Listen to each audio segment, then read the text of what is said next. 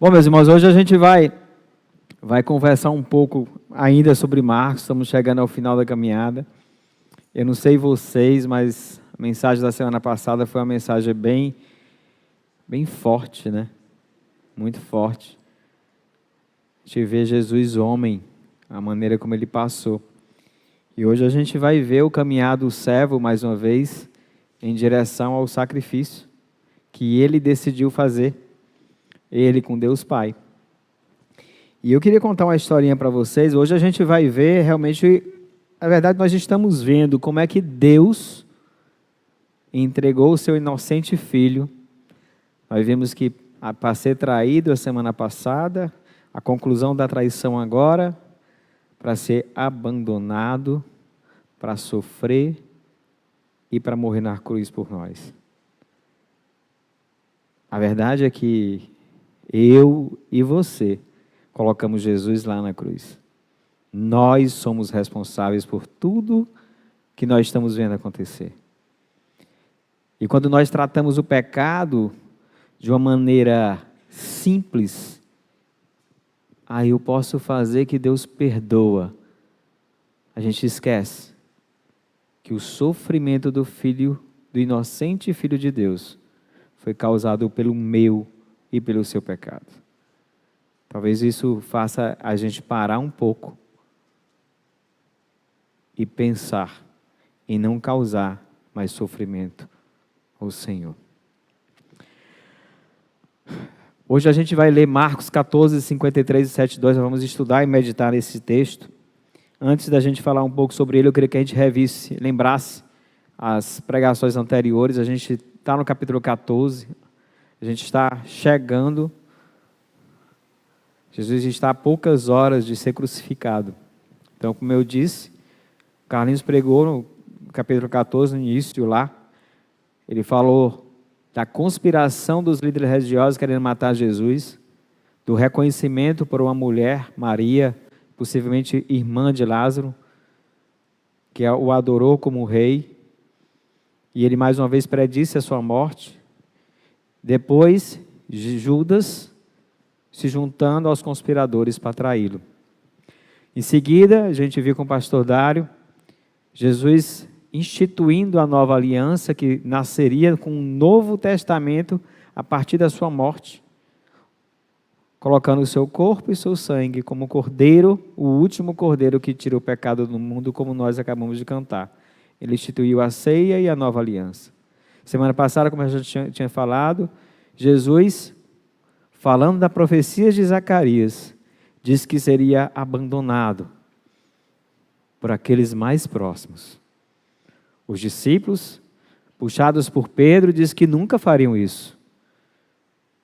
Jesus foi ao Getsêmani, no momento de angústia, muita angústia, orou, foi fortalecido pelo Senhor e se entregou aos soldados.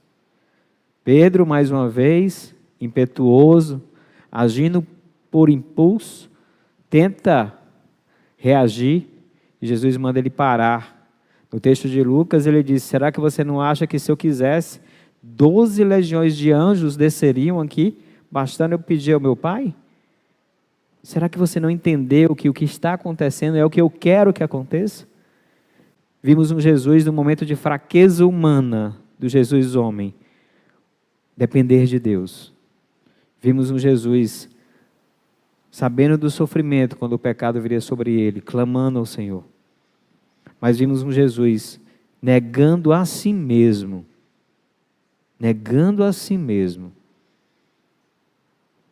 para ser fiel ao Senhor, a Deus Pai, e para cumprir a promessa que Ele fez para nós, que não merecíamos. Hoje, a gente vai começar vendo o julgamento dele. Jesus vai passar por 2 julgamentos, um religioso e um político. O julgamento religioso, no Sinédrio, como nós vamos ver hoje, o Sinédrio era composto por 71 membros. Existia o sumo sacerdote, existiam os saduceus, fariseus e mestres da lei. E hoje vai ser o julgamento de Jesus lá. Eles não tinham poder para matar Jesus, mas eles poderiam acusar Jesus E a gente vai ver como eles fizeram isso. Mas antes da gente falar um pouco mais sobre isso, eu queria contar para vocês uma história de um homem, Luiz Zamparini. Alguns talvez tenham visto o filme dele. Se vocês não viram, vale a pena você ver. O Invencível. Esse rapaz, ele participou da Olimpíada de 1936 em Berlim. Correu os 5.000 metros. Ficou em 8º lugar. Não foi nenhuma medalha que ele conquistou, mas a última volta dele foi o recorde mundial na época. Isso permitiu que ele conhecesse Hitler. Ele achava que aquilo não era tão importante, mas ele foi lá e tirou uma foto com Hitler antes de Hitler se revelar os planos de tentar conquistar o mundo. Depois ele voltou para casa esperando a Olimpíada de 40, que não aconteceu. E os planos daquele jovem foram mudados. Ele se alistou no exército americano. E ele ficou na aeronáutica. E ele foi servir num bombardeio. Naquela época, os bombardeiros eles não costumavam voltar de muitas missões. E em uma dessas missões, o avião caiu. E ele caiu no mar. 47 dias em cima de uma balsa, uma balsa que eu digo um pedaço do avião, no mar. Foi atacado junto com 2 colegas, foi atacado por aviões do Japão. Apareceu um furacão. Viu um dos colegas morrer de sede e fome. E finalmente foi resgatado. Pensando ter alívio, infelizmente ele foi resgatado pelos japoneses. E ele foi colocado separado do seu colega e foi para um campo de concentração, onde um oficial apelidado de Pássaro, descobriu que ele foi herói na sua terra. E começou a afligi-lo, afligi-lo e afligi-lo. Muito sofrimento. Aquele homem que pesava agora 30 quilos, sofreu, coisas inimagináveis. Quase 2 anos se passaram, a guerra acabou, ele voltou aos Estados Unidos. Mas a guerra continuou na cabeça dele, ele casou, mas bebia muito, sofria muito, a única coisa que movia a sua mente e a sua cabeça era um dia voltar ao Japão e matar todos aqueles que lhe afligiram. Tinha muitos pesadelos, não tinha sossego, não tinha paz, não conseguia viver como uma pessoa normal.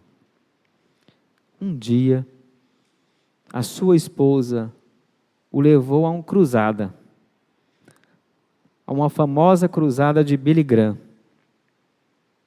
E nesse dia ele conheceu a Jesus. E diferente de muitas pessoas que se dizem conhecer a Jesus, algo aconteceu. Algo mudou no coração daquele homem. E ele voltou ao Japão, na Olimpíada de Inverno, para andar com a tocha.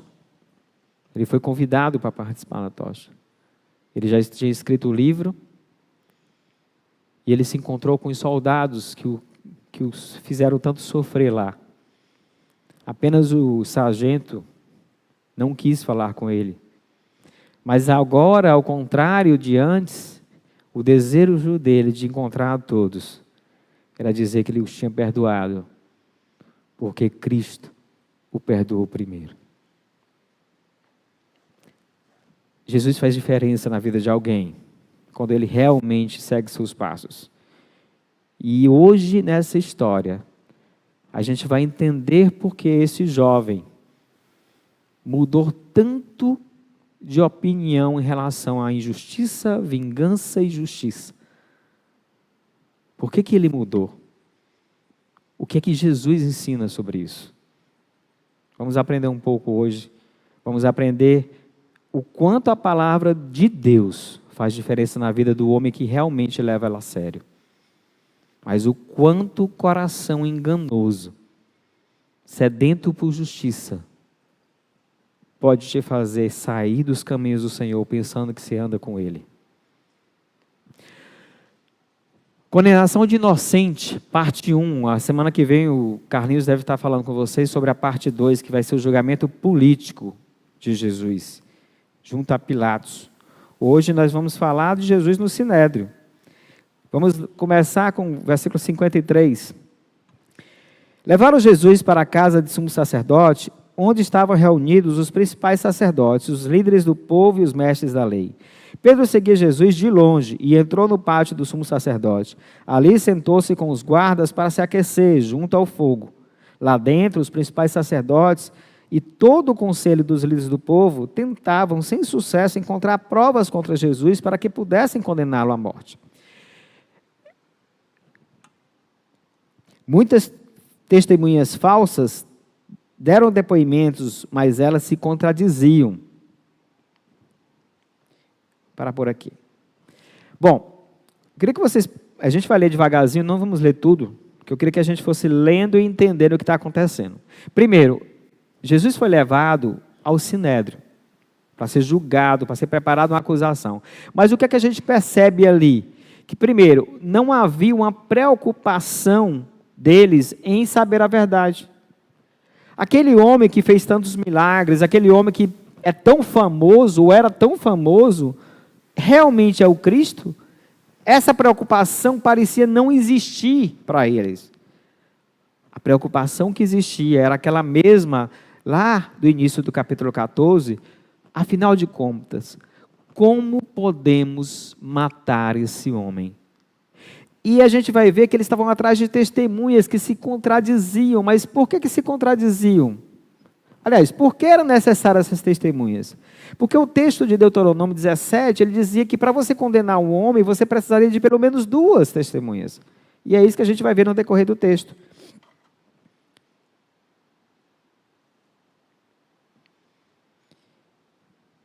« 57. Por fim, alguns homens se levantaram e apresentaram o seguinte testemunho falso.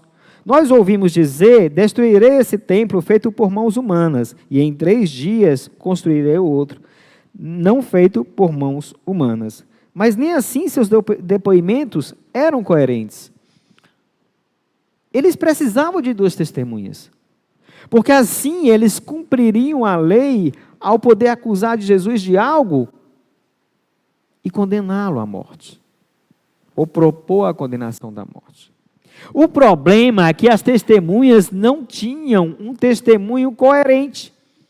Elas não conseguiam acusar Jesus de nada. Nada. E eles precisavam disso.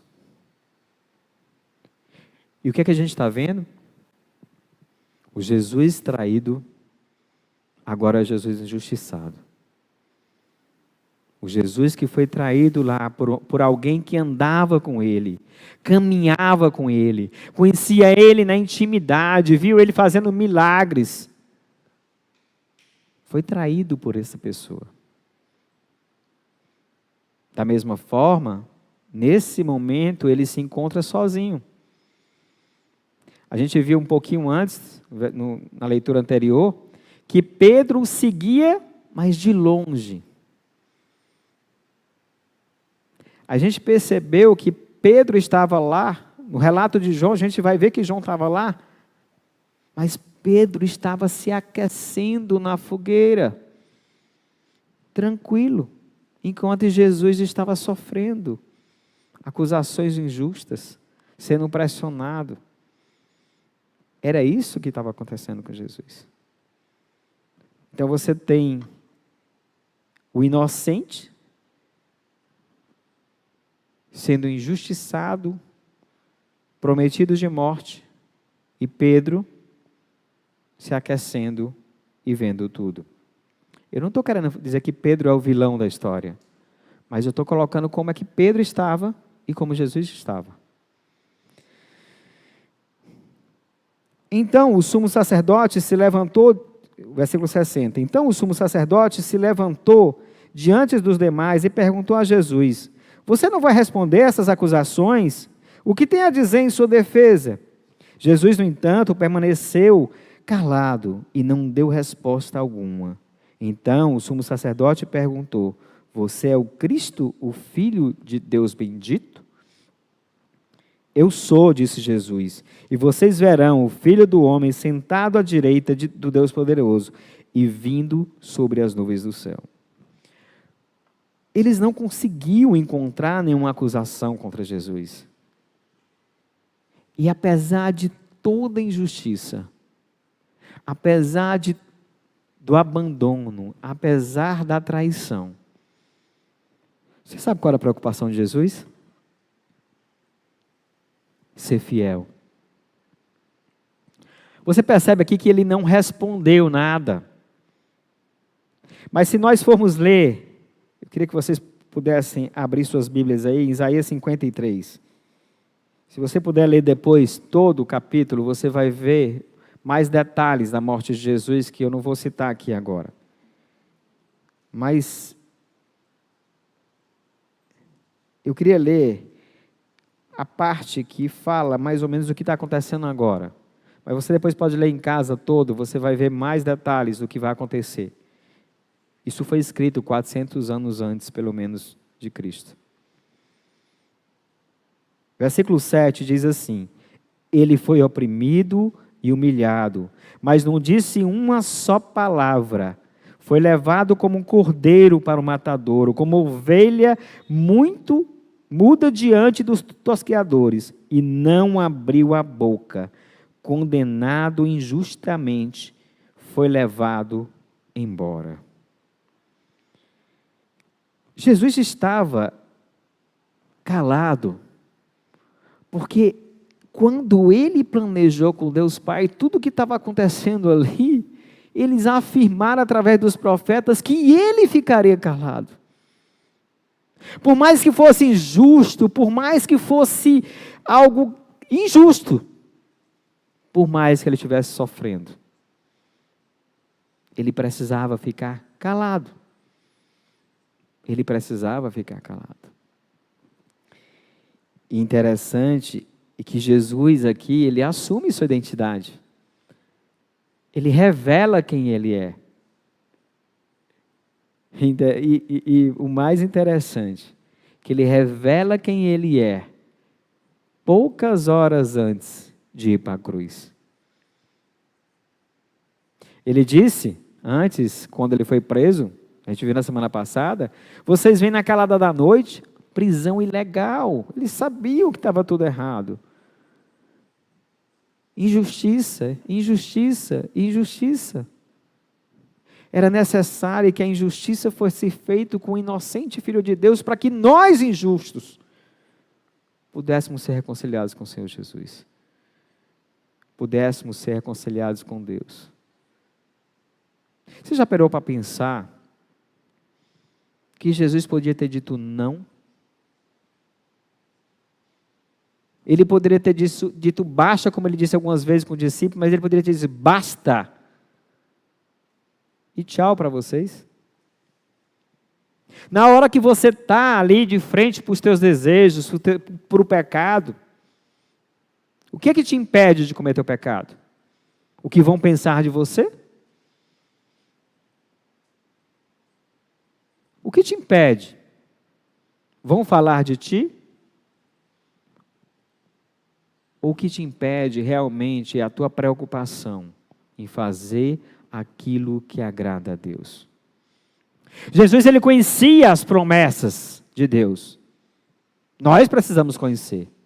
Mas hoje, quando se fala em promessa de Deus, a gente já pensa o quê?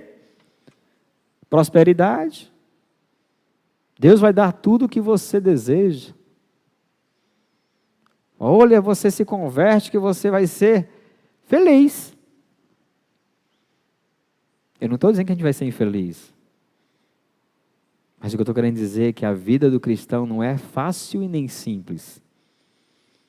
Jesus conhecia as promessas, mas a promessa que ele conhecia de Deus é diferente do que a gente ouve hoje em dia. As promessas de Deus que ele conhecia eram, olha, o homem pecou, o homem fez separação entre ele e Deus Pai, e é necessário que um inocente, que nunca tenha pecado, como ovelha perfeita, morra de forma injusta para que o seu sangue cubra o pecado de todos aqueles chamados pelo Senhor. Ele conhecia as promessas de Deus. Ele sabia o que é que ele tinha que fazer. A pergunta é, no momento em que você está sofrendo, no momento em que você sofre injustiça, o que é que você acha que Deus espera de você? Você sabe? Ou você só olha para as promessas que você se agrada? Aquelas que enchem o seu ego, que acariciam os seus desejos? Será que você lê o texto bíblico e usa ele de acordo com a tua conveniência? Posso naquele que me fortalece, pode vir que eu o enfrento. Em vez de você entender, posso suportar tudo que vier em Cristo Jesus. As promessas do Senhor, elas são cumpridas. Deus não deixa de cumprir nenhuma delas. Isso é verdade. Jesus sabia e era cumpridor dessas profecias. A palavra de Jesus, como a palavra de Deus, que Ele é o Deus Filho, ia se cumprir, e a gente vai perceber isso daqui a pouco na vida de Pedro, já se cumpriu aqui quando os seus discípulos o abandonaram. Jesus foi fiel, cumpriu as profecias, cumpriu as promessas que Deus prometeu. E essas promessas não eram agradáveis, não eram promessas boas, mas especialmente a nossa geração, essa geração desse mundo de hoje, não gosta de ser contrariada, não gosta de sofrimento. Nós não gostamos. Nós gostamos de sentar no sofá com controle remoto, com tudo ao nosso redor nos servindo. A gente gosta de vida boa. A gente quer trabalho bom. A gente não quer trabalho não. A gente quer emprego bom. Poucos querem trabalho. Nós somos assim. Nós gostamos de ser servidos. Mas o versículo de Marcos, que centraliza tudo, diz, olha, o Filho do Homem não veio aqui para ser servido. Ele veio para servir e dar a vida por muitos. Essa é a ideia de Jesus. A ideia de um Deus que se esvazia e se faz servo e servo de cruz. A ideia de um Deus que, no momento da angústia, busca ao Senhor, ao Deus Pai, ora, clama, e Deus o fortalece, porque a oração nos fortalece. Conhece a palavra, as promessas de Deus e busca fazer aquilo que agrada. Busca ser fiel. Busca ser fiel. Na hora do sofrimento, na hora da injustiça, na hora da traição. Sabe o que Deus quer de você? Fidelidade. Sabe o que Ele quer de você? Que você conheça a palavra dEle. Se você não sabe o que fazer com a injustiça, leia Romanos 12. Leia. Que começa falando, olha, o capítulo do 1 ao 11 de Romanos fala o que Deus fez por nós, onde nós estávamos e o que Ele fez. Mas a partir do capítulo 12 ele fala o que é que Ele espera do servo dEle. Abençoe os que te amaldiçoam. Não procure vingar-se, a vingança pertence ao Senhor. Se teu inimigo tiver fome, dele de comer, se tiver sede, dele de beber. Assim, amontoará brasas vivas sobre sua cabeça. Não te deixes vencer com o mal, mas vença o mal com o bem. Parece que Paulo está retratando o que está acontecendo com Jesus, mas não parece não. Paulo diz, olha, eu imito a Cristo. Eu sou escravo dele. Sabe a história que eu contei para vocês? O que mudou na vida de Luiz Zamparini não foi que tudo que aconteceu no passado dele deixou de existir. O que aconteceu na vida dele é que ele viu um inocente, muito mais do que ele, que o amou e que no meio da injustiça foi fiel. E quando ele tomou essa decisão, eu não disse para vocês o que é que ele descreveu, Luiz Amparini. Sabe o que foi que ele disse? Encontrei a paz. Encontrei a paz. Ele negou a si mesmo e se entregou à justiça do Senhor. E encontrou paz. Jesus finalmente se revela. Disse Jesus, sou o Cristo, mas ele dá uma pitadinha para deixar bem claro que ele é. E vereis o Filho do Homem assentado à direita do Poderoso vindo com as nuvens do céu. Ele cita Daniel 7,13, mostrando que ele é divino. É o Messias. Ele é o Filho de Deus. Ele é o Filho de Deus. E agora a gente vai perceber que Jesus assinou a sua sentença. Marcos capítulo 14, vamos continuar a leitura. Versículos 63 a 65. Então o sumo sacerdote rasgou as vestes e disse: que necessidade temos de outras testemunhas? Todos ouviram a blasfêmia, qual é o veredito? E todos o julgaram ao culpado e o condenaram à morte. Então alguns deles começaram a cuspir em Jesus, vendaram seus olhos e lhe deram socos.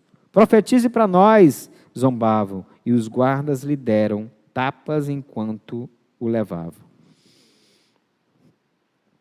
Sabe o que Jesus fez? Falou a verdade. Simplesmente falou a verdade.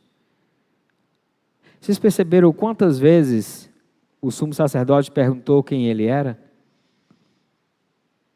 Uma vez. E quando ele perguntou, ele disse a verdade. Eu sou. E ele esclareceu bem direitinho quem era o eu sou. Quando ele fala de Daniel, ele ligou o eu sou à profecia de Daniel do Messias.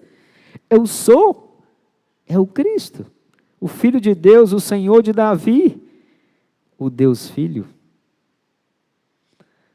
E aí, eles condenaram Jesus por blasfêmia, porque Jesus disse a verdade. E, segundo Levítico 24, a pena de blasfêmia é a morte. Naquele momento, eles começaram a revelar o que estava no coração deles. E a maneira como eles tratavam, cuspiam em Jesus, davam tapas nele, revelavam todo o ódio, toda a raiva que eles tinham de Jesus. Eles não procuravam justiça. Eles procuravam um meio para matar Jesus. A ideia aqui não era encontrar se Jesus era culpado ou inocente, mas era simplesmente realizar o plano de matar Jesus. Sabe o que eles não entendiam? É que tudo isso não era plano deles. Tudo isso era plano de Deus. Sabe para quê? Para que eu e você pudéssemos hoje ter um relacionamento com Deus. Eu sei que na nossa vida tem muitas coisas que a gente deseja, coisas boas, coisas lícitas. Nós queremos muito um cônjuge que satisfaça, ou seja, bênção na nossa vida, filhos que sejam bênção na nossa vida. Queremos um bom trabalho, queremos uma boa casa, queremos coisas boas. Qual o problema disso? O problema é não valorizar o que Cristo fez por nós, mais do que essas coisas. O problema é valorizar a minha vida mais do que a vida de Jesus. Como se eu nunca fosse morrer e como se eu fosse eterno. Não foi assim com Jesus. As coisas não foram simples, não foram fáceis. Mas naquele momento de dificuldade, ele negou a si mesmo e pensou em ser fiel. E pensou em nós. Será que no momento de sofrimento, de aflição, não falta você pensar no outro? Em como ser bênção na vida do outro?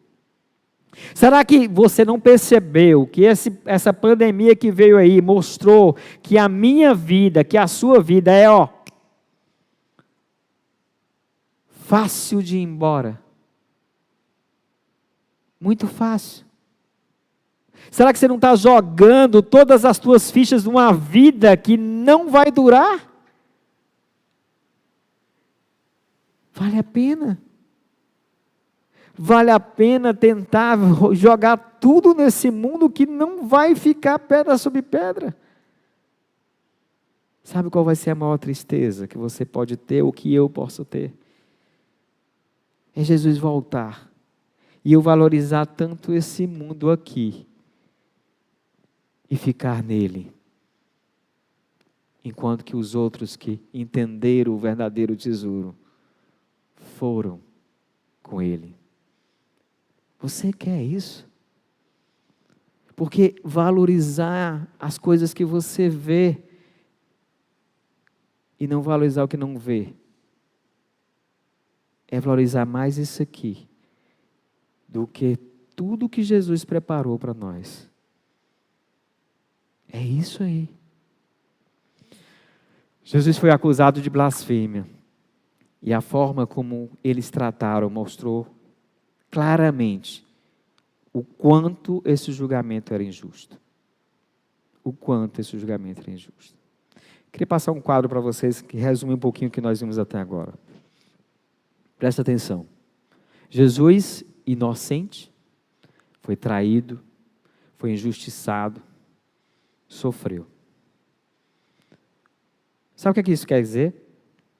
Quando você está se sentindo injustiçado, quando você se sente traído, quando você não concorda com algo que fizeram com você, quando você acha que foram injustos, quando você acha que mentiram sobre você, quando você acha que alguém fez algo muito grave contra você, Jesus sabe o que é isso. Sabe exatamente o que é isso. Pastor, mas ele é Deus. É. Mas é um Deus que suou sangue para negar a vontade dele e fazer a vontade do Pai. É um Deus que também era homem e precisou fortalecer a carne. Não.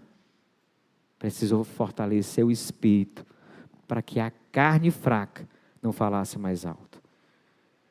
Jesus não pecou, não foi tentado, mas ele era homem e tinha fraquezas como nós temos. Sabe qual a grande diferença? É que no momento da fraqueza, ele dependia de Deus, dependia do Espírito. Enquanto nós, no momento da fraqueza, o que nós fazemos? Eu não estou com vontade de ler a Bíblia, eu não vou ler. Eu não estou com vontade de ir para a igreja, eu não vou para a igreja. Eu não estou com vontade de falar com fulano, eu não vou falar. Eu não estou com vontade de visitar fulano, eu não vou. Você acha mesmo que a tua vontade é um bom conselheiro para você? A maneira como você tem resolvido a sua vida pela sua vontade tem ido para onde? Para. Olha o exemplo do Deus Filho. No momento de angústia, ele disse não. Foi fiel. Eu e você. Em vez de inocente, pecador. Pode só até ser traído, mas eu também sou traidor. Ou você nunca pecou? Eu já. Então em relação a Jesus, eu não sou nem inocente. Eu sou pecador, eu sou traidor. Ou você não sabe que cada vez que você decidiu pecar, desde que nasceu você traiu Jesus e traiu Deus? Ou você achava que era inocente? Será que o teu pecado é melhor ou menor ou insignificante em relação ao do teu irmão, em relação àquele que te traiu? Você acha isso mesmo? Que você pecou menos? Você acha que porque você pecou ou teve um pecado a menos, o teu pecado, o meu pecado, nós dois colocamos o Senhor na cruz. Nós não somos inocentes, nós somos traidores. Somos pecadores. Tudo bem, somos injustiçados muitas vezes. Mas sabe o que a Bíblia diz sobre injustiça? Quando nós fazemos o bem, nós somos injustiçados? 1 Pedro capítulo 2 diz: louve ao Senhor. Louve! Porque nesse momento, nesse pequeno momento, você está parecido com Jesus. E foi para isso que você foi chamado. Isso é motivo de alegria. Porque se você é injustiçado, você parece com Jesus. Se você foi chamado, então isso é um sinal de que você é filho de Deus. Isso não é motivo de tristeza. Traído, sofrimento. Sabe o que a Bíblia diz sobre sofrimento? Tiago capítulo 1. Louvem por causa das provações, porque ela vai te tratar o teu caráter. Conhecer as promessas de Deus tem a ver com conhecer o que a Bíblia fala sobre as situações que nós vivemos. Se o teu cônjuge não é fiel, a Bíblia diz: ganha ele no silêncio. Seja fiel a Deus. Pare de querer ser Deus. Deixa Deus agir na vida da tua família. Seja fiel. Sabe, a Bíblia fala como você vai lidar com o seu filho. Ela fala como você lida com o seu trabalho.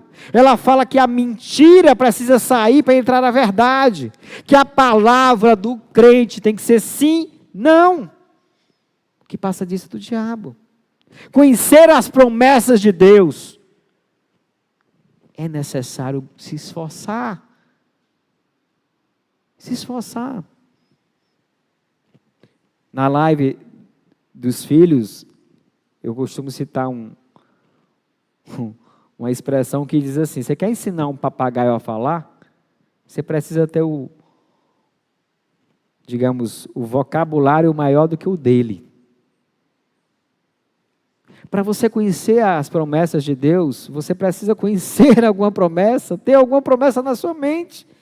Para saber lidar com sofrimento, com traição, com injustiça, com o patrão ruim, com o cônjuge ruim, com o filho que dá trabalho, com o irmão, com a traição, com o sofrimento. Você precisa conhecer. Jesus nos dá uma pista. Conhecimento das promessas de Deus. Fidelidade a Deus. Eu não quero fazer isso. Eu sempre fiz de outro jeito e deu certo. Será? Será que deu certo? Nem sempre aquilo que você faz que te dá prazer é certo. Nem sempre o que teus pais te disseram que não é bíblico vai ser verdadeiro. O que eu posso afirmar é que aquilo que Deus fala, Ele faz. E aquilo que Deus promete, Ele cumpre. E principalmente, tudo que Ele fala é verdade. Independente de se meu pai disse o contrário, se minha mãe disse o contrário, se eu penso o contrário. Conhecer as palavras, ser fiel porque eu confio num Deus e pensar no próximo. Jesus nos deu esses 3 exemplos. Conhecimento, fidelidade e amor ao próximo. Pecador, traidor, injustiçados, traído e sofrimento. Você pode se sentir assim. Mas a resposta que você tem para dar para Deus tem que ser: Conhecer o que Deus quer de você em cada situação. Conhecer as promessas dele. Ser fiel ao que ele diz. E pensar no outro. Pensar no outro. Não existe relacionamento com Deus, amor a Deus, que não tenha um relacionamento com o próximo. A Bíblia chama aquele que diz que ama a Deus, nem ama seu irmão, como mentiroso. Mentiroso. A pessoa que diz que ama a Deus, não ama seu próximo, a Bíblia diz que é mentiroso. Não sou eu que estou dizendo, mas a Bíblia diz. Nós vimos como é que Jesus mostrou o seu exemplo na injustiça, no meio da traição e no sofrimento. A negação de Pedro confirma a predição de Jesus. Vocês lembram que Jesus predisse que os discípulos iriam abandoná-lo e Pedrão disse logo lá, opa, eu não, de jeito nenhum. Né? O mesmo Pedro, corajoso, Jesus andando sobre as águas, estava lá todo mundo com medo, aí, quem é? Sou eu. Pedro foi lá e disse, eu posso ir aí? Diz, pode, mas o mesmo corajoso é aquele que no primeiro probleminha, tirou os olhos de Jesus e afundou. Pedro, que levanta a espada e corta a orelha do soldado, que coragem. Cadê ele agora? Pedro que diz para Jesus, olha, eu jamais vou te abandonar. Mas quando Jesus chama ele para orar, ele não consegue resistir nem por uma hora. Quando Jesus diz que o espírito está pronto, mas a carne é fraca, ele continua dormindo.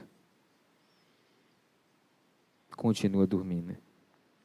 Pedro que depois de Jesus dizer, olha, depois de dizer que Jesus é o Cristo, e Jesus dizer, eu vou morrer. Não, Senhor, você não vai não. De jeito nenhum. Mesmo Jesus dizendo, arreda-te daqui, Satanás. Olha isso, para trás, Satanás. Pedro não conseguiu entender qual era realmente a vontade de Deus. As promessas que Pedro conhecia de Deus tinham a ver com um Messias que viria, mas iria reconquistar o reino de Israel, restaurar o reino de Israel. A única coisa que entrava na cabeça dele não era o Messias sofredor, mas um Messias guerreiro. Por isso que ele não conseguia aceitar as verdades que vinham da boca de Jesus. Como eu e como você, tem coisas que a gente vê na Bíblia que a gente não quer aceitar. Tem coisas que a gente ouve e não quer aceitar. Perdoar? Confiar? Não me preocupar? Isso não dá. Mas se está na Bíblia, foi escrito ou foi inspirado por Deus, um Deus que conhece eu e você mais do que qualquer um. E hoje, nessa história de Pedro, nós vamos perceber que Pedro não se conhecia tanto quanto Jesus o conhecia. Versículo 66. Estando Pedro embaixo, no pátio, uma das criadas do sumo sacerdote passou por ali. Vendo Pedro aquecer-se, olhou bem para ele e disse, você também estava com Jesus, o Nazareno? Contudo, ele o negou, dizendo, não conheço, nem sei do que você está falando. E saiu para o alpendre, quando a criada o viu lá, disse novamente aos que estavam por perto, esse aí é um deles. Presta atenção. Pedro disse, Jesus, onde tu foi, eu posso morrer contigo. Mas eu estou lá, gente. Primeira vez, Jesus tinha predito, Pedro, tu vai me negar 3 vezes hoje, antes que o galo cante 2 vezes. Lembra da predição a semana passada? Pois é, primeira oportunidade, Pedro argumentou ignorância. Eu? Você também estava com Jesus Nazareno? Eu? Não sei nem quem é, não conheço. De que você está falando? Nem sei do que você está falando. Mas essa senhora aí, parece que ela era meio insistente, né? E Pedro saiu para o apedre, ou seja, ele ficou mais distante de Jesus. Quando a criada ouviu lá, disse novamente aos que estavam por perto: esse aí é um deles. A gente vai já ver o que é que ele respondeu. Mas Pedro amava Jesus. Amava Jesus. Do jeito dele, ele amava Jesus. Ele amava Jesus e queria proteger Jesus como se aquilo fosse a vontade de Jesus. Ele amava Jesus e queria guerrear naquele momento como se Jesus quisesse aquilo. Ele amava Jesus e não queria que Jesus morresse como se Jesus não quisesse morrer. Não precisasse morrer. Ele amava Jesus, mas queria servir Jesus do jeito dele. Pedro se amava muito mais do que amava Jesus. Por isso, fazer coisas para Jesus era bom, quando essas coisas coincidiam com o que Pedro gostava. Mas às vezes, servir Jesus nos coloca em ameaça. Seja ameaça de morte, nesse caso. Seja ameaça de não ser aceito pela turma. Seja ameaça, muitas vezes, de você chegar e falar de Jesus e as pessoas não falarem mais com você. Ignorarem você. Às vezes, servir a Jesus não é agradável. Às vezes, você ser crente não é bom. A pergunta é: você serve a Jesus para ser agradado? Ou você serve a Jesus para agradar a Ele? Por que você serve a Jesus? Porque se você serve a Jesus para ser agradado, você não está servindo a Jesus, você está servindo a si mesmo. Quando você serve alguém, você não escolhe se você vai ser agradado ou não. Você escolhe agradar a quem você serve.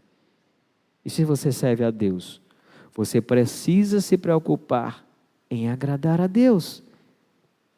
Mas pastor, o que é que eu vou ficar sentindo se eu não gostar?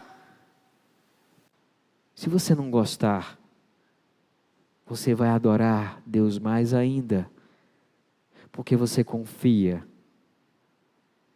que Ele já provou e te ama, porque o filho dele, inocente filho dele, foi traído, foi injustiçado, sofreu e morreu na cruz, para que eu e você tivéssemos vida.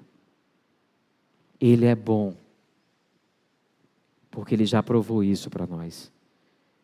Ele nos ama, porque Ele já nos amou e demonstrou esse amor. Deus é assim. Deus é bom. E Deus amou. Por isso podemos confiar. Mas realmente, muitas vezes, para evitar que você caia, para evitar que você peque, você precisa conhecer a palavra de Deus. E quando você ouvir a palavra de Deus, você precisa dar atenção a ela. Quando Jesus falou que precisava morrer, Pedro precisava ter escutado. Mas escutado não é só ouvir, é aceitar, é trabalhar junto com Jesus. Ele precisava entender a vontade do Pai. Eu sei que você pode sair hoje e dizer assim: pastor, o senhor falou muita besteira. Ou você pode dizer assim: pastor, você falou, a mensagem foi muito boa. Foi mesmo. A pergunta é: o que é que você vai fazer com o que você aprendeu? Amanhã é segunda-feira. Você vai começar a trabalhar, estudar, cuidar da família, cuidar do trabalho, fazer as coisas como antes, porque isso agrada você. Ou você realmente vai pensar: espera aí, deixa eu olhar para a minha agenda. Onde é que Deus está aqui? Em que momentos Deus está aqui? Eu tenho vida de oração? Eu estudo a palavra de Deus? Eu discipulo, evangelizo alguém? Vocês sabiam que a gente precisaria ter pelo menos pelo menos 60 líderes de células. 60. Você sabia que a gente precisaria ter 60 pessoas auxiliando os líderes? Você sabia que a gente precisaria ter pelo menos 10 supervisores? Você sabia que o ideal é que eu não fosse líder, supervisor e pastor? Mas eu sou. Por quê? Porque muitos de vocês, infelizmente, estão sentados na cadeira esperando o líder ligar, esperando o líder chegar para você e dizer, como é que você está? Você está precisando de alguma coisa? O líder tem que cuidar de você, tem que cuidar dos outros, e você entra, poxa, fulana nunca mais veio para a célula, o líder nunca foi visitar. Como se só o líder fosse crente. Não. Você é discípulo de Jesus. Você precisa servir também. Ah, pastor, mas eu não quero ser líder. Eu não estou falando de você querer ser líder. Eu estou falando de você discipular alguém. Se Jesus voltar hoje e perguntar, cadê seus discípulos? Quantas pessoas você já discipulou? Quantas? Mas Senhor, eu fiz tanta coisa. Eu cortei a orelha do soldado, eu andei sobre as águas. Senhor, eu te defendia. Quantos discípulos? Quantos? Eu não pedi para você cortar a orelha do soldado. Eu não pedi para você me defender. Eu não pedi. Mas eu quero que você se importe com o próximo. Eu quero que você faça discípulos para mim. Mas como é que eu sei disso? Porque ele disse isso. Se você for ver lá no finalzinho de Marcos, de Mateus 28, ele vai dizer o que ele quer de você. Faça discípulos. Pare de se sentir a vítima, aquele que precisa ser cuidado, e comece a cuidar de alguém. Comece realmente a ser um discípulo de Jesus fazendo discípulos. Comece a escutar aquilo que você tem ouvido. Pedro parecia nesse momento que não lembrava do que Jesus tinha dito. Jesus disse que antes que o galo cante 2 vezes, tem um evangelho que fala em 1 vez, mas a questão não é quantas vezes o galo cantava, a questão é o que ia acontecer com Pedro. Pedro pecou ali, negou Jesus 1 vez, ele não lembrou do que Jesus disse. Às vezes nós estamos sozinhos, e achamos que o nosso pecado no secreto é desconhecido de Jesus, é desconhecido de Deus. Às vezes a gente acha que aquilo que a gente não fala para ninguém, que só nós sabemos, não é pecado até que alguém descubra, até que o galo cante. Mas a gente vai perceber que não é bem assim. De novo ele negou, 2ª vez. Pouco tempo depois, os que estavam sentados ali perto disse a Pedro, certamente você é um deles, você é Galileu. Preste atenção. 1ª vez, ele negou dizendo que não sei nem quem é Jesus. A 2ª vez, ele negou ser discípulo de Jesus. Negou ser discípulo, seguidor de Jesus. E a 3ª vez, ele começou a se amaldiçoar e a jurar, não conheço Jesus. Não conheço Jesus. Não conheço. Antes eu não ouvia falar, depois ele disse que nem discípulo era, e agora não conheço. Não conheço. Meus irmãos, Pedro não era qualquer discípulo. Não era qualquer discípulo. Ele era um dos líderes dos discípulos. Você percebe que ele que disse primeiro, tu és o Cristo. Como eu já disse, ele andou sobre as águas. Pedro era um dos líderes. Mas o fato de você ser intenso no seu ministério, aqui é a palavra para quem serve na igreja. Se eu falei antes para aqueles que não servem, eu estou falando para você que serve na igreja, você que é líder de célula, você que serve muito no ministério, preste atenção. Preste atenção, Pedro também era assim. Mas quando Jesus disse assim, olha, o espírito está pronto, mas a carne é fraca, ele não entendeu.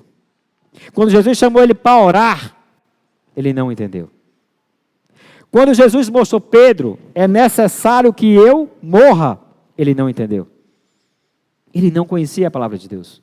Não da maneira como ele tinha que conhecer. Não da maneira como Jesus explicava para ele, ele não entendia. Vida espiritual precisa de oração, precisa de conhecimento da palavra de Deus. Se você não tem essas duas coisas, você pode ser o cara que mais serve na igreja, mas isso não vai te garantir que você nenhuma segurança contra o pecado ou contra a queda. Na verdade, se você não tem vida de oração, se você não estuda a palavra de Deus, você está propenso a negar a Jesus. Se você não tem vida de oração, vida piedosa, se você não tem vida de estudo da palavra de Deus, preste atenção, você está prestes a cair, prestes a trair, a negar Jesus. Tenha certeza disso. Tenha certeza.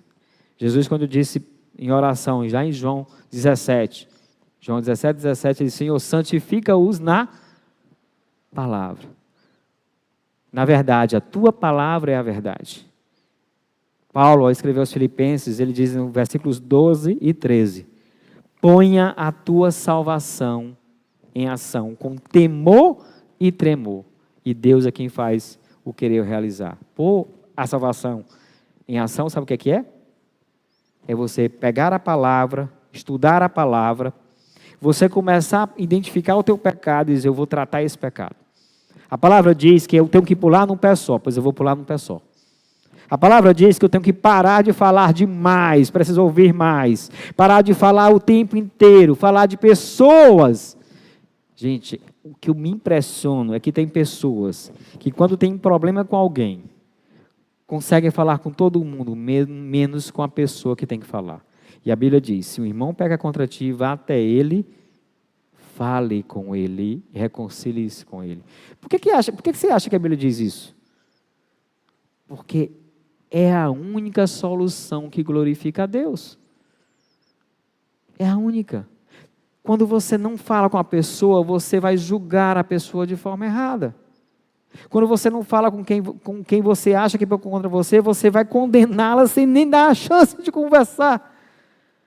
Quando você não vai lá, você não vai exercer sua humildade, você vai continuar orgulhoso. Quando você não vai lá, você não vai trazer aquela ovelha de volta. Porque esse Mateus 18:15 vem depois da parábola das 99 ovelhas. A ideia é pegar o rebanho e aglutinar. E aquele irmão que pecou contra você, ele é tão pecador contra você. O que você precisa fazer é como Jesus. Buscar ser fiel, não aquele irmão, mas a palavra do Deus, que já provou que é fiel para nós. É isso que tem que fazer. Pedro negou Jesus 3 vezes. Negou. Então Pedro se lembrou da palavra que Jesus lhe tinha dito: antes que 2 vezes cante o galo, você me negará 3 vezes. E se pôs a chorar. Quantas vezes nós cometemos o pecado e quando alguém descobre, nós nos pomos a chorar. Ou quando Deus revela, nós nos pomos a chorar. O choro é bom. A tristeza é muito boa. Quando eu faço algo de útil para ela. Paulo, ao escrever sua 2ª carta aos Coríntios, ele diz no capítulo 2, versículo 9. A tristeza segundo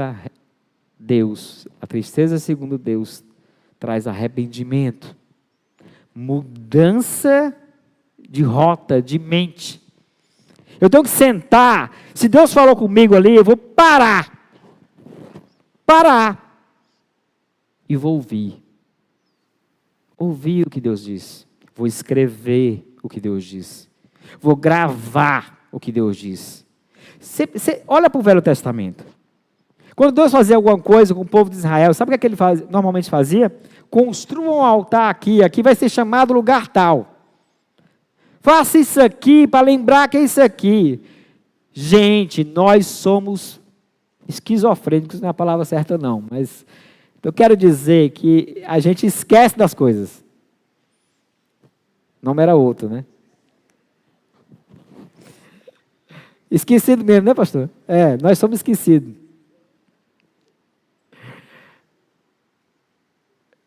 O que eu quero dizer é que se a gente não botar em algum lugar esse registro, você não vai lembrar, você vai esquecer. E você vai voltar e trair Jesus e negar Jesus do mesmo jeito do dia anterior que você chorou. Da vez anterior que você chorou. Porque Deus falou com você, Deus mostrou na palavra dele o que você precisava fazer, mas você não deu ouvidos. Pedro, eu preciso morrer, Pedro. Eu tenho que morrer para que vocês tenham vida. Não, Senhor, você não vai morrer não. Quantas vezes Jesus disse isso para os discípulos? Gente, parece brincadeira. Jesus dizendo que ia morrer, que ia morrer, que ia morrer, que vão me entregar. E a gente vai ver já já, no capítulo 16, vão lá no túmulo, e vocês acreditam que as mulheres chegam lá no túmulo, o que é que elas encontram? Um túmulo vazio. E o que é que era para elas encontrarem? Me diga aí, Jesus disse o quê? Eu vou morrer e vou ficar esperando vocês lá? Ou ele disse que ia morrer e ao terceiro dia ia ressuscitar? A acusação que a gente viu um pouquinho antes de que o templo seria destruído, ele estava falando exatamente dele. Apesar da acusação lá que eles fizeram no início da nossa leitura aqui, ele nunca disse que ele ia destruir, mas que eles iriam destruir. Porque eles destruíram o templo, que era ele, e ele ressuscitou ao terceiro dia. Mas a acusação deles era incoerente, porque não dizia o que realmente Jesus disse. Jesus não estava falando de templo, estava falando dele. Ele disse, eu vou ressuscitar. Mas o povo chegou lá e não tinha ninguém, e eles acreditaram? Beleza. Mas sabe como é que é, né? As mulheres foram lá, e elas não estavam tão perto de Jesus, para dizer que elas não têm entendido. Vamos contar por discípulos. Eu vou dar um spoiler aí. Elas contaram por discípulos. Sabe o que é que Pedro fez? Correu. A Amanda gostou da corridinha aqui. Correu. Quando ele chegou lá, ele se assustou. Sabe por que ele se assustou? Porque o que Jesus disse que ia acontecer, aconteceu. Como é que pode? Ele acabou de experimentar bem aqui. Jesus disse, olha Pedro, tu vai me negar antes que o galo cante 2 vezes, 3 vezes. Eu? Não. Jesus, eu me conheço. Eu posso, eu consigo, eu sou o cara. Eu não vou te negar. O que aconteceu? Ele negou. Você sabe por que a palavra de Deus, ela é confiável? Porque ela é de Deus. Você sabe por que a tua palavra não é confiável? Porque ela é de homem. Tu sabe por que teu coração não é confiável? Porque ele é enganoso. Coração enganoso. Então o que tu pensa, que sente, não é de confiança. Dependa de Deus. Não dependa de você mesmo. Cuidado. A autossuficiência caminha junto com o orgulho e precede a queda. Queda. A dependência de Deus te levanta e te mantém em pé, porque ela te fortalece. Dependa de Deus. Dependa exclusivamente de Deus. E quando a palavra disser assim, faça, não arrisque a sua vida. Faça, simples assim. Faça, confie, faça. É assim. Tudo aquilo que Pedro disse, eu vou fazer, ele fez? Não. Mas tudo que Jesus disse vai acontecer, até mesmo aquilo que ele não esperava dele mesmo, aconteceu. Jesus conhece o teu coração e o meu coração mais do que nós mesmos. Ele sabe exatamente o que está fazendo. Confie na palavra dele. Resumidamente, Pedro era intenso, mas sem vida piedosa. Agia pelo coração, era autossuficiente, servia muito a Jesus, mas do jeito dele. Quais são as atitudes de Pedro que você tem seguido? Você tem negado a Jesus em casa? Às vezes alguém chega assim, tu é crente? Não, pai, eu sou crente, mas não é aquele que nem o pastor Dala, que tem uma Bíblia bem grandona, não. Eu só uso no celular, porque sabe como é que é, eu sou moderno. A pergunta é, você é um crente que imita Jesus ou que imita Jesus quando é conveniente para você? Você não nega Jesus quando é agradável? Ou você não nega Jesus mesmo quando não é agradável? Você que é jovem, obedece seus pais quando o que ele te pede é bom? Ou você só obedece quando aquilo que ele pede para você é agradável? Né? Você só faz... Eu estava conversando com uma pessoa que eu gosto muito, e ele estava com algumas dificuldades em relação ao seu dia a dia, né? Que não estava conseguindo fazer algumas coisas que agradavam a Deus. E eu perguntei o seguinte, vem cá, quando tu nunca acordou de manhã e assim, hoje eu não vou trabalhar porque eu não estou com vontade? E, oxe, várias vezes. E quantas vezes tu não foi? Nenhuma. Pois é. A gente vai para a igreja, não é quando não tem vontade ou quando tem vontade. A gente vai para glorificar a Deus, para agradar a Deus. A gente faz as coisas do dia a dia, tem nosso momento de oração, tem leitura bíblica, vai agradar a Deus, não para agradar a nós mesmos. A pergunta é, quem vale mais, o teu trabalho ou Deus? Porque se tu é fiel no teu trabalho, mas não é fiel a Deus, talvez o teu trabalho esteja valorizando mais. Se tu é fiel às redes sociais mais do que ao Senhor, talvez as redes sociais sejam mais importantes. Cuidado com o teu coração. Cuidado com a fidelidade que você tem para Ele. Jesus, gente, só para não ter a gente vai ver isso mais na frente, mas eu não sei quando. Pelo menos a parte de Atos, só para deixar claro que Pedro não continua assim. Sabe por quê? Porque Jesus ele nos chama, mas não para ficarmos do mesmo jeito. Jesus predisse que Pedro ia passar pelo que ele passou. E tudo aquilo que Jesus falou aconteceu. Tudo. Mas Jesus preocupou-se com Pedro. Marcos 16, 7, quando as mulheres vão lá no túmulo e eles dizem, o corpo de Jesus não está aqui, vão aos discípulos e a Pedro. Pedro é citado, porque Jesus conhecia o coração de um Pedro amargurado, sofredor, que estava sofrendo pelo que tinha feito com o seu Jesus. E sabe o que aconteceu? Atos capítulo 3, foi Pedro, o mesmo Pedrão lá, que negou a Jesus, que pregou e 3.000 pessoas se converteram. Esse Pedro foi preso. E os anjos abriram a cela e ele saiu. E foi pregar no templo, sabendo que podia ser preso novamente. E foi preso. E lá em Atos capítulo 5, quando o mesmo Sinédrio chamou, deu uma ordem para ele. Você não vai mais falar desse Jesus. Sabe qual foi a resposta dele? Importa-me obedecer muito mais a Deus do que a qualquer autoridade humana. Eu vou pregar Jesus.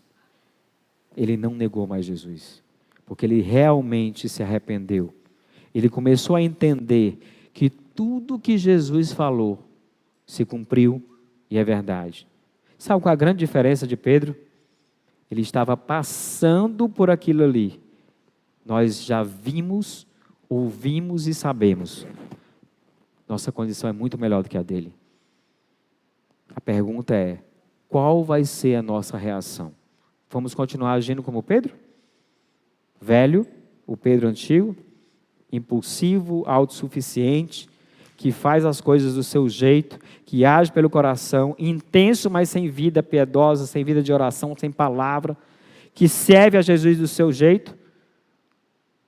Ou vamos pensar em ouvir a palavra de Deus e ouvir a Jesus e vida de oração, vida de palavra, amar o próximo, dependência de Deus, vida de mudanças. Eu preciso ser diferente amanhã do que eu sou hoje. Deus nos chama para transformar o nosso caráter. Se você está passando por sofrimento, por dificuldade, não veja isso como o fim do mundo ou como o fundo do poço. Veja isso como oportunidade. Pastor, oportunidade? Sim. Romanos capítulo 5, Tiago capítulo 1, nos diz que provação são oportunidades. Oportunidade de quê? De transformação de caráter, perseverança, prova de fé que nos fortalece. Não perca a oportunidade quando estiver sofrendo. Olhe para o Senhor, pare de olhar para si mesmo. Ouça o Senhor, pare de ouvir a si mesmo. Dependa do Senhor, pare de ser autossuficiente. Concluindo, que grande ato de amor Jesus fez. Ele foi fiel e cumpriu as promessas de Deus Pai. Sofrimento que estava reservado para nós. Como Jesus, preciso responder às injustiças, ao sofrimento, fazendo o que for necessário para cumprir a vontade de Deus. Ser discípulo de Jesus é, mesmo em momentos difíceis, negar a si mesmo, integrar-se a Ele, como o Luiz Zamparini, que eu falei para vocês, fez.